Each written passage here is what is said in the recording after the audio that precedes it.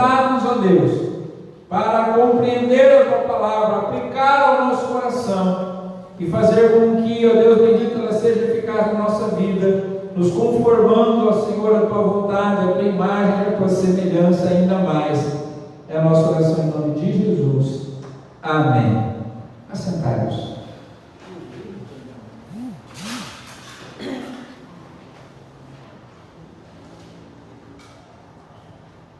É uma palavra que tem sido bastante usada nos nossos dias, que é a palavra eficiência.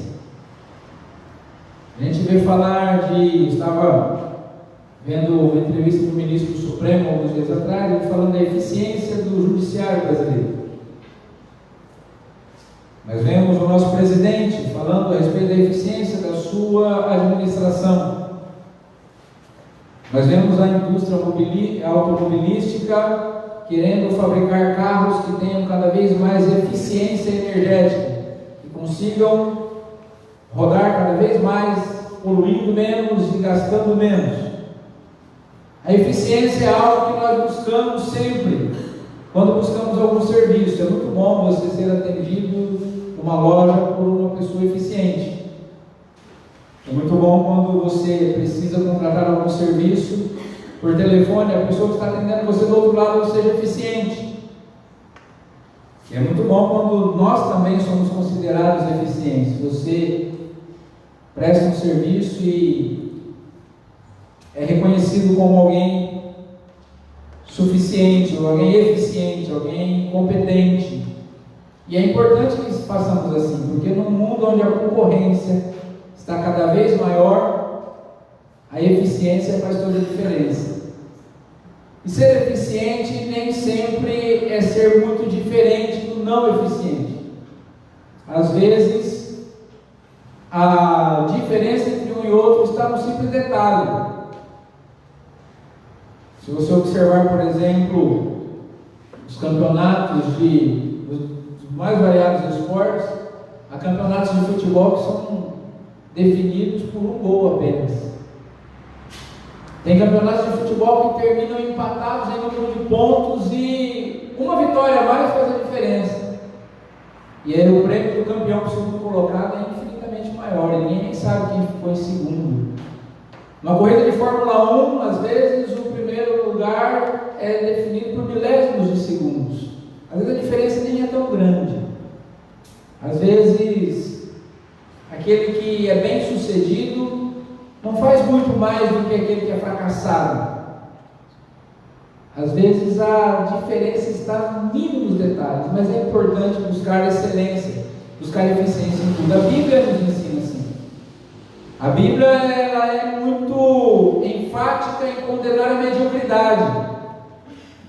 A Bíblia não é complacente com uma vida medíocre, com a maneira medíocre de viver, seja na fé ou seja nas outras áreas todas da nossa vida. A Bíblia ela sempre nos chamou para termos uma vida de excelência. E quando você vê os grandes nomes da palavra de Deus, são pessoas que procuraram fazer com excelência o seu trabalho. Caso de Davi, por exemplo, de Daniel, caso de José, um moço que poderia ter feito o que fez de qualquer maneira, era só um escravo mesmo, os irmãos já tinham vendido ele para o Egito, a família tinha rejeitado. Ele podia ser uma pessoa desleixada com o seu trabalho, mas decidiu fazer o que fazia com eficiência, com excelência, e foi reconhecido na terra do Egito. E Deus o honrou. E por que nós estamos falando isso? Porque esse texto que nós estamos lendo e estamos meditando a respeito, essa carta a Filemon, que foi escrita e enviada junto com a carta aos Colossenses, e que algumas pessoas acreditam que essa carta a Filemon é na verdade a carta à igreja de Laodiceia, que Paulo cita na carta aos Colossenses, e que nós não sabemos que carta é, e alguns acreditam que talvez seja a carta a Filemon. Que essa carta não seja apenas uma carta particular a Filemon apenas, mas que a igreja precisasse tomar conhecimento daquilo que Paulo estava escrevendo a Filemon, porque ela precisaria tratar também do problema que essa carta trata, e nós vamos ver isso na sequência das nossas próximas ministrações.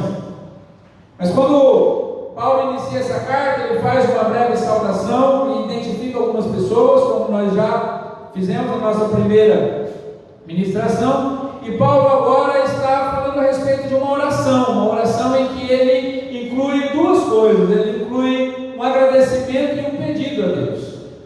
Primeiro, Paulo agradece a Deus por aquilo que ele estava ouvindo falar de Filemão, por tudo aquilo que ele já presenciara na vida e no ministério de Filemão, que, como nós já sabemos, é uma pessoa que provavelmente tem se convertido durante o ministério de Paulo na cidade de Éfeso, durante 3 anos e meio em que Paulo ficou lá, e depois, juntamente com Epáfras, tenha ido de volta à sua região, Hierápolis, Laodiceia e Colossos, e ali dado início ao cristianismo e à pregação do evangelho naquela região toda e aquelas 3 igrejas importantes naquele lugar.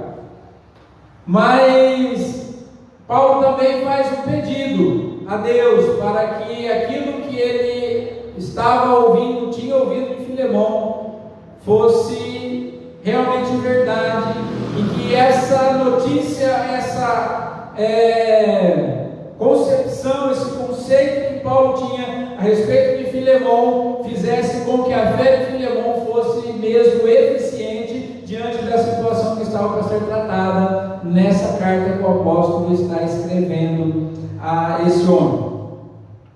A carta a Filemão, como já dissemos também, é a única da Escritura direcionada a uma pessoa em particular.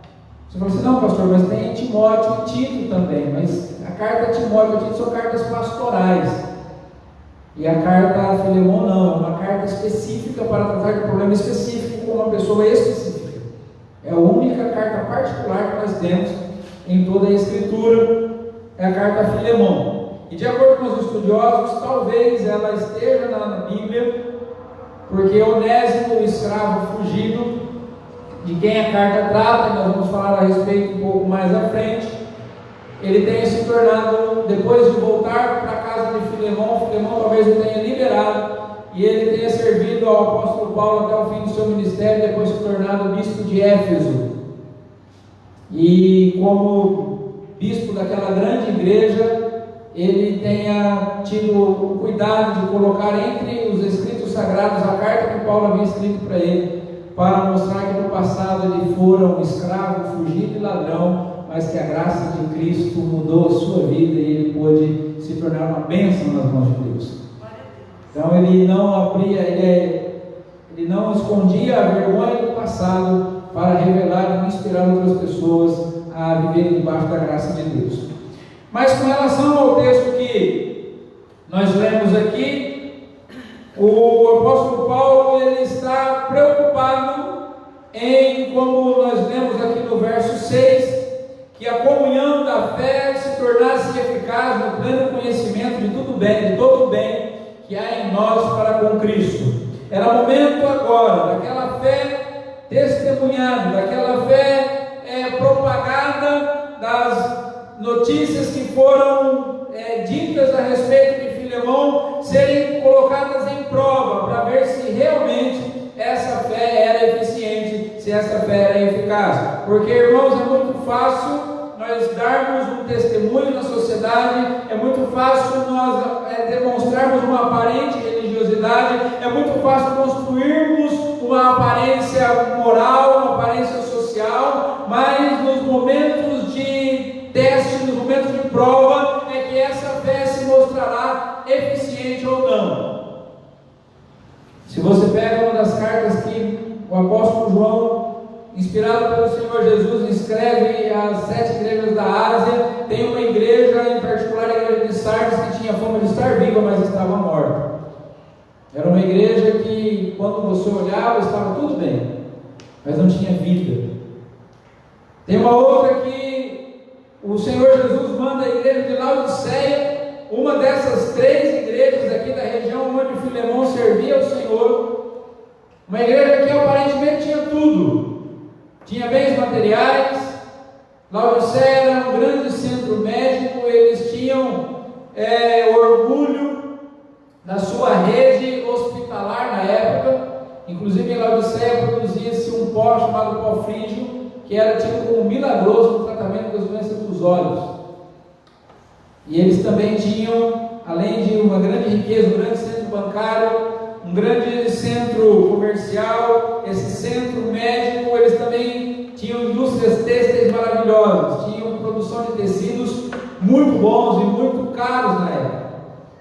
E eles também se orgulhavam disso, de que os tecidos de Laodiceia eram os melhores da região. Mas Jesus olha para aquela igreja e fala assim: vocês são cegos, vocês são pobres e vocês estão nus.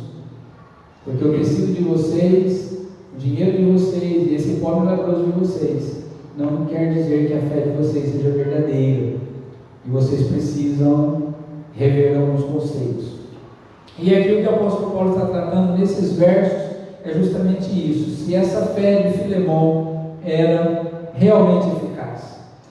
E aí no verso 4, conforme nós lemos, Paulo começa então essa seção da carta fazendo uma oração de gratidão. E ele, mesmo preso, mesmo estando acorrentado, mesmo estando encarcerado, ele ora a Deus agradecido pela fé que ele havia recebido notícias que Filemon estava exercendo. Então, o que a gente acha de interessante nesse verso 4 é que o apóstolo Paulo, na prisão, ele faz uma oração altruísta e não egoísta. A oração de Paulo não é uma oração de murmúrio. Paulo não ora para reclamar com Deus, mas Paulo ora agradecendo a Deus. Quem ora agradecendo a Deus estando acorrentado numa prisão? No caso de Paulo era uma prisão domiciliar, mas ainda assim uma prisão. Mas essa oração de Paulo, no verso 4, não é uma oração egoísta, mas ela é uma oração de expressão de gratidão por aqueles a quem Deus ainda podia usar fora da cadeia. Então Paulo está falando: eu estou orando aqui agradecido pela fé que eu tenho ouvido de você. Às vezes para mim e para você não é fácil orar com gratidão nos momentos de tribulação, nos momentos de privação. Mas o apóstolo Paulo, preso, não podendo pregar, não podendo viajar, não podendo fundar igrejas, não podendo curar pessoas, não podendo ministrar, ele estava na prisão orando, agradecendo a Deus pelo ministério daqueles que estavam soltos e podendo fazer a obra de Deus, podendo exercer o ministério. Então, esse verso 4 nos ensina que mesmo nos momentos de prova, de tribulação, é preciso que nós oremos com gratidão, com louvor e exaltação ao nome do Senhor, porque ainda que nós estejamos privados, o Evangelho não está preso e a palavra de Deus ainda está sendo pregada no mundo para a glória do Senhor. Amém? Nós precisamos nos alegrar com isso. E o motivo da gratidão de Paulo, no verso 5, era saber que alguém estava sendo reconhecido como uma pessoa que demonstrava a sua fé em Cristo, amando os irmãos. Porque a notícia de Paulo não era só que Filemon tinha uma fé robusta, uma fé que era demonstrada às demais pessoas, mas era uma fé que era também manifestada através do amor e do serviço a outros.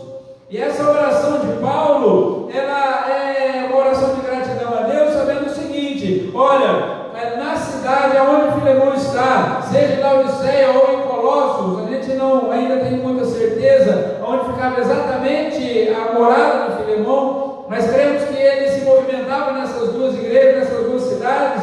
As pessoas estavam sendo amadas, estavam sendo servidas, estavam sendo ministradas por aquele irmão que tinha uma fé que se manifestava no amor às outras pessoas. E nós também precisamos aplicar essa palavra ao nosso coração, sabendo que a nossa fé, ela não precisa, ou aliás, ela não deve ser apenas uma fé de discurso. Crer em Jesus e amar o próximo não deve ser um instrumento para promover pessoas, mas deve incentivar os outros a glorificarem a Deus através das nossas vidas. E a fé de Filemon, ao que tudo indicava, nesse início da oração de Paulo, estava estimulando outras pessoas a glorificarem a Deus por causa da vida dele e daquilo que ele fazia.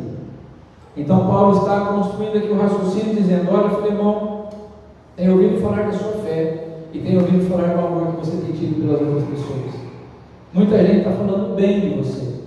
Então a minha oração é de gratidão a Deus pela fé que eu tenho ouvido falar a seu respeito, por tudo aquilo que Deus tem feito através da sua vida, mesmo não podendo estar aí com vocês, mesmo eu não tendo ido até aí pessoalmente, porque Paulo até então não tinha visitado aquela região.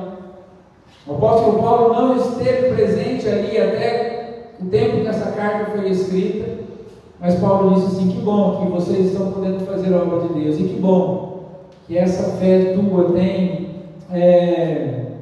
sido manifestada na sua vida através do amor às outras pessoas, e isso tem inspirado as pessoas a glorificarem a Deus por causa de você. E essa também era uma lição que Jesus havia ensinado no livro de Mateus, no capítulo 5, no verso 16, dizendo: assim brilhe também a luz de vocês diante dos outros, para que vejam as boas obras que vocês fazem e glorifiquem o Pai de vocês que está nos céus. Sermão do Monte, Evangelho de Mateus, capítulo 5, no verso 16. Então, essa oração de gratidão do apóstolo Paulo a respeito de Filemão era porque Filemão estava realmente brilhando na sua comunidade. Era porque aquele homem estava sendo um exemplo, não só de discurso, mas também de atitude. Estava não só pregando e ensinando, mas também estava amando e servindo. E para mim e para você é uma lição importante, porque a nossa fé não pode ser apenas uma fé de domingo à noite. A nossa fé não pode ser apenas uma fé de carteirinha de membro. A nossa fé não deve ser apenas a fé de dizer a qual igreja pertence, ou de que denominação é, mas é preciso ser uma fé atuante, verdadeira, demonstrada, e a melhor maneira de demonstrar a nossa fé é através do amor uns aos outros, porque aquele que não ama o próximo a quem vê, não pode dizer que ama a Deus a quem não vê. Então, essa oração de gratidão de Paulo com relação a Filemão precisa ser também a oração do pastor com relação aos membros da igreja em relação ao seu pastor, de uns aos outros aqui entre nós, que nós possamos glorificar sempre a Deus pelo amor que nós conseguimos manifestar uns aos outros. Amém?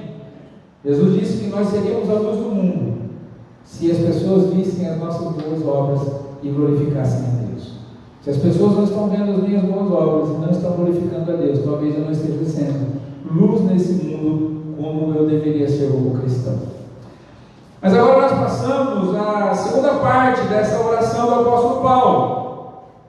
E agora Paulo não mais ora com gratidão. A partir do verso 6, a oração do apóstolo Paulo muda.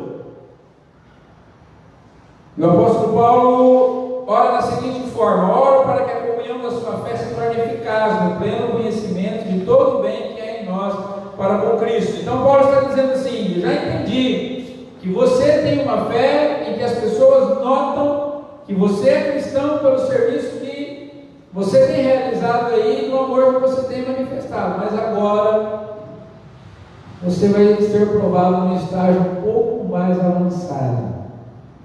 Os irmãos sabem qual era o problema que essa carta está tratando. Filemão tinha um escravo chamado Onésimo. Esse escravo provavelmente roubou Filemão e fugiu de casa. E lá em Roma, Onésimo se encontra com Paulo, se converte a Cristo, se torna um obreiro, ajudante do apóstolo na prisão. Mas Paulo agora está devolvendo Onésimo a Filemão. E Filemão deveria receber esse escravo de volta. Imagina qual seria a situação. Como nós receberíamos? Como se fôssemos nós. Porque o escravo na época não era uma pessoa, era uma propriedade.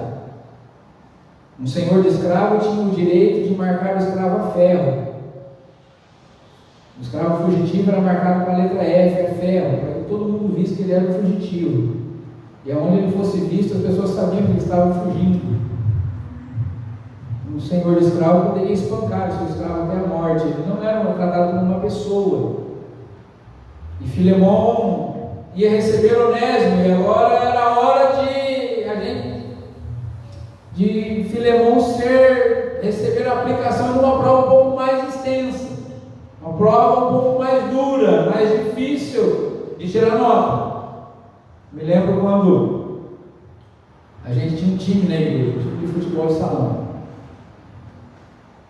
E aí, uma vez por semana, o pessoal ia jogar bola lá no ginásio, lá em Adolfo. Eu falava para eles assim: isso aqui é o vestibular do crente, aqui eu quero ver se vocês são crentes mesmo.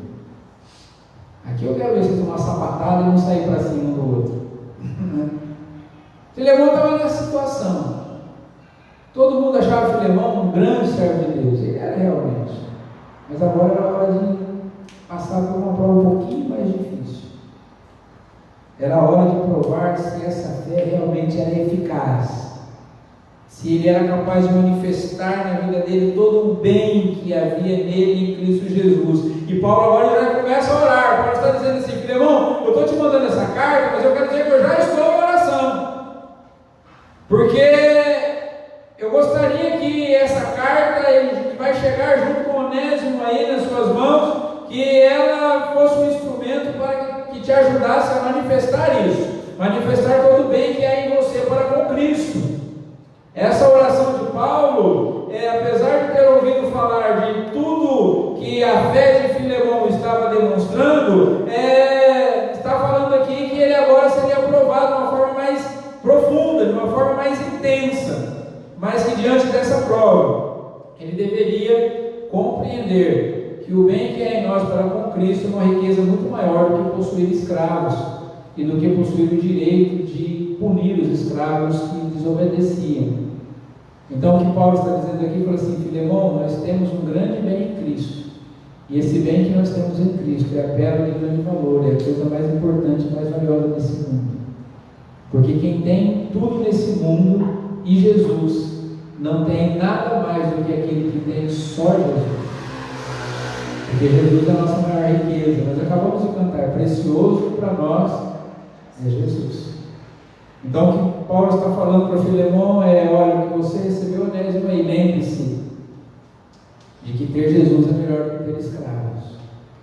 O cristianismo da igreja iniciante, quero dizer, fazer um parênteses aqui, não atacou a escravidão, embora a escravidão fosse uma realidade. Quando nós lemos as cartas do apóstolo Paulo, nós entendemos que aqueles que se convertiam e tinham escravos poderiam continuar tendo escravos. E aqueles que se convertiam e eram escravos deveriam continuar sendo escravos. Não era porque era convertido que tinha que se rebelar contra a escravidão, e também não era porque era convertido que era obrigado a libertar os escravos. O cristianismo não atacou isso no início, mas a Bíblia ensinou desde sempre que aqueles que possuíam escravos deveriam tratá-los como irmãos, e aqueles que eram escravos deveriam servir aos seus senhores como se serviriam a Jesus. E tanto o apóstolo Paulo quanto os demais apóstolos sabiam que o Evangelho era o único meio de equilibrar essa relação entre escravos e senhores. Mas naquele momento da história, não adiantaria o cristianismo se levantar contra a escravidão, porque havia mais de 60 milhões de escravos no Império Romano naquela época. Seria um negócio muito difícil de resolver. Mas o Evangelho mostrou que em Cristo todos somos iguais, então não tem livres e nem escravos, nem pessoas de cor diferente, nem de nacionalidade diferente. Todos nós somos irmãos em Cristo, amém? Fecha a parede, senão eu vou voltar aqui. Então, a oração do apóstolo Paulo agora, em relação a Filemão, era para que esse momento pelo qual ele passaria agora, pudesse demonstrar ou revelar a riqueza que havia em Cristo, e não só a riqueza humana, que Filemão atentasse mais para o valor da fé, para o valor de receber o irmão de volta, do que exercer o seu direito. C.S. Lewis escreveu dizendo que só um risco real testa a realidade de uma fé. Nós cantamos um outro canto que diz que cada vez que a nossa fé é provada, nós temos a chance de crescer um pouco mais. Irmãos, nós precisamos servir a Deus com uma fé que nos momentos de tribulação ela se demonstre eficiente. Porque a fé que só faz sentido para nós quando tudo vai bem não é fé de verdade. A fé que só faz sentido para a gente quando o dinheiro está no bolso, quando a despensa está cheia, a geladeira está lotada e você está andando num carro novo e tudo está indo bem, isso na verdade não é fé. Mas a nossa fé ela se mostra eficiente no momento da tribulação, no momento de luta. E talvez o maior exemplo de fé eficiente que nós temos na Escritura, dentre tantos, mas talvez eu elegeria como meu preferido, Sadraque, Mesaque e Abednego diante de Nabucodonosor. Nabucodonosor falou assim: Vocês não estão entendendo? Eu mandei todo mundo ajoelhar. Será que vocês não ouviram? Vamos fazer o seguinte, eu vou mandar tocar a música de novo, porque eu acho que vocês não entenderam. A música vai tocar outra vez, e aí vocês vão se ajoelhar. Porque se vocês não ajoelharem, eu vou jogar vocês dentro da fornalha, e eu quero ver qual é o Deus que vai livrar vocês da minha mão. E eles respondem assim: sobre esse negócio a gente não precisa responder para o senhor. E é de propósito que a gente não ajoelhou. Não precisa tocar a música de novo, não. Estou parafraseando aqui. Nem perde tempo tocar a música outra vez. Porque o Deus a quem nós servimos, Ele pode nos livrar com as suas mãos. Pode nos livrar do fogo. Mas se Ele não livrar, nós não vamos nos curvar. Isso é fé, eficiente. É a fé que no momento que tudo vai bem, nós louvamos a Deus. No momento que tudo vai mal, louvamos a Deus. Não é uma fé ansiosa. Não é a fé que fica murmurando e fica resmungando no momento de dificuldade. Porque existem dois tipos de ansiedade que às vezes se disfarçam como fé. É a ansiedade pela antecipação do sim e a ansiedade pela antecipação do não. Ansiedade pela antecipação do sim. Sadraque, Mesaque e Abednego, diante de Nabucodonosor, começarem a dizer: fica tranquilo, Abednego, Deus é bom, Deus não vai deixar a gente morrer, não.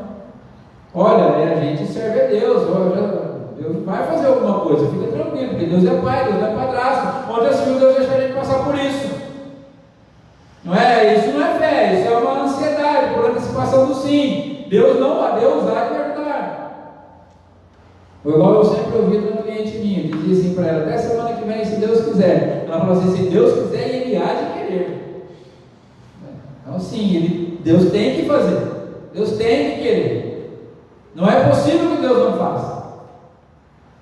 Ansiedade por antecipação do sim, isso não é fé.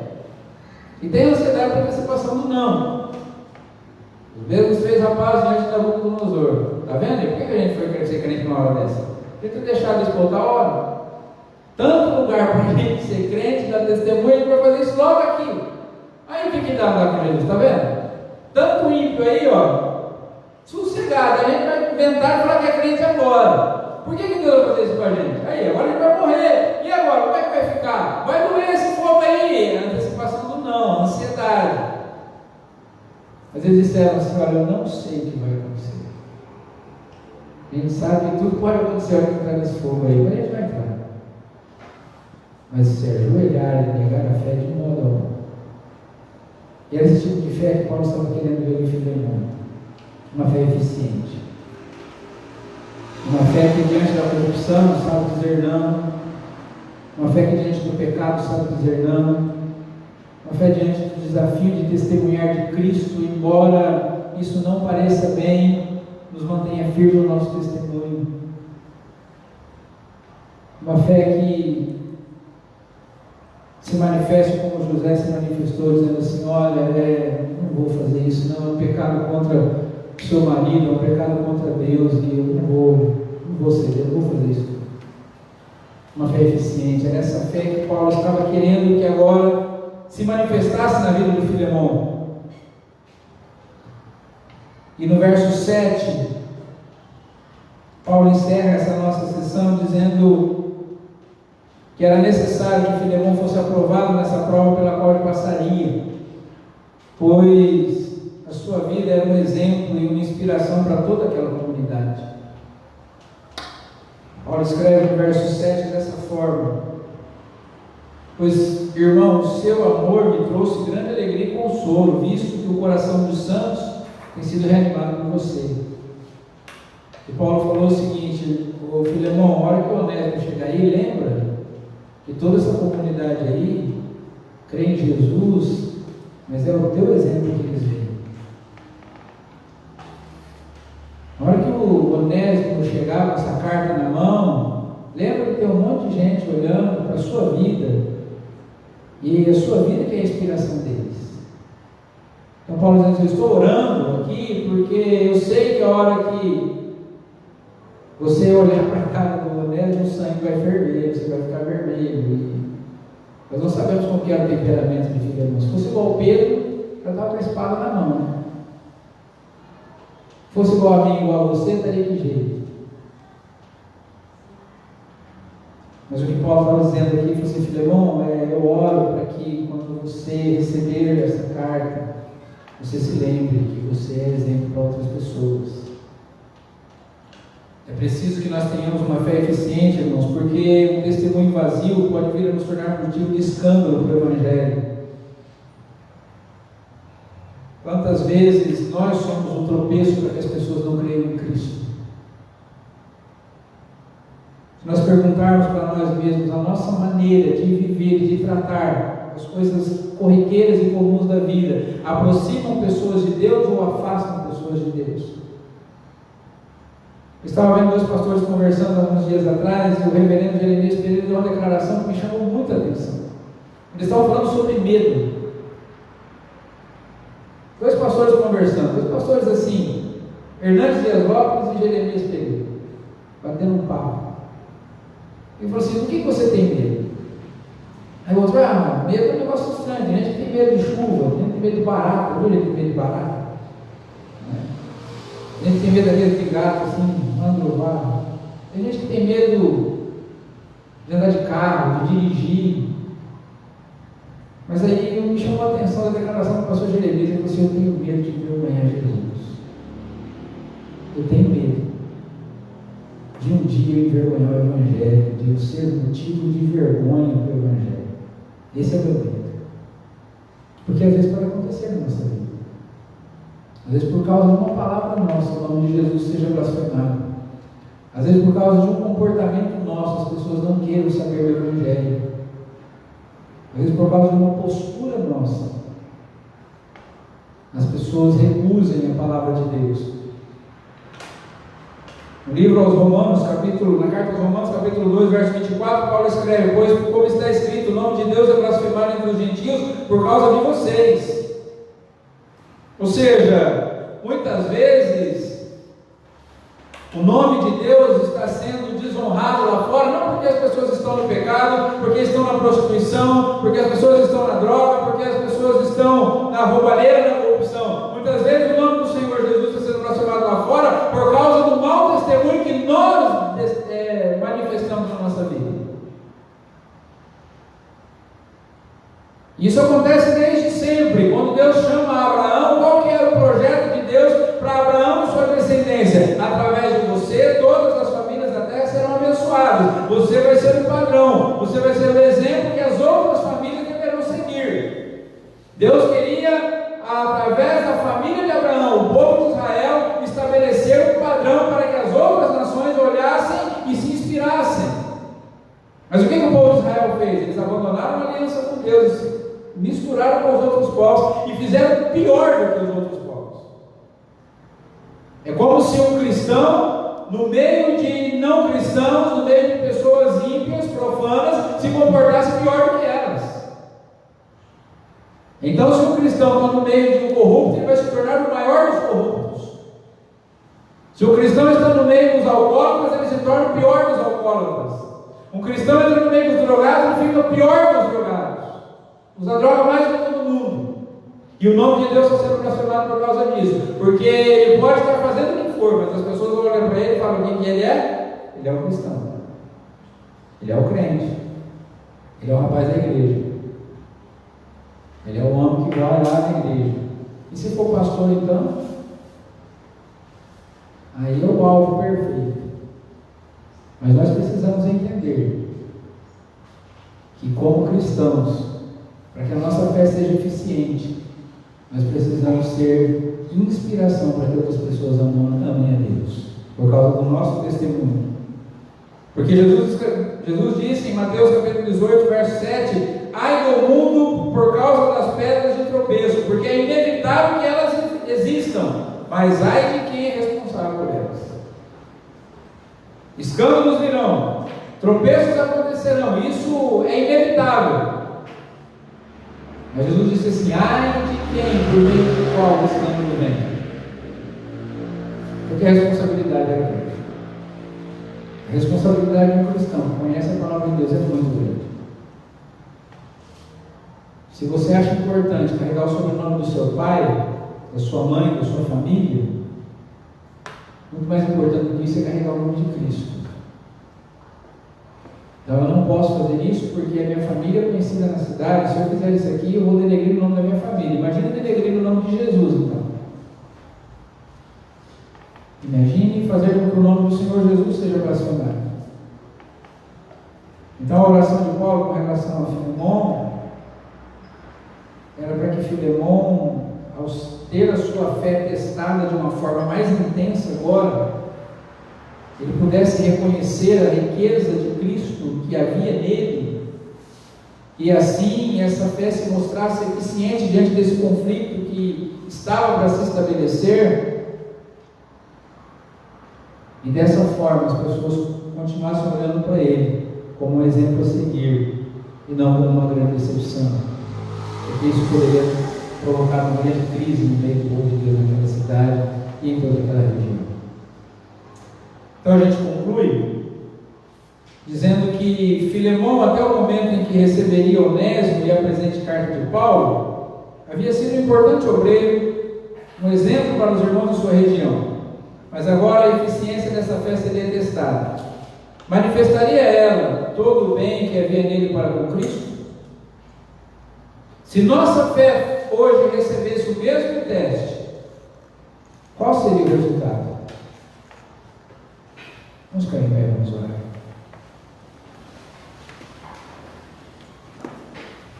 Feche os seus olhos.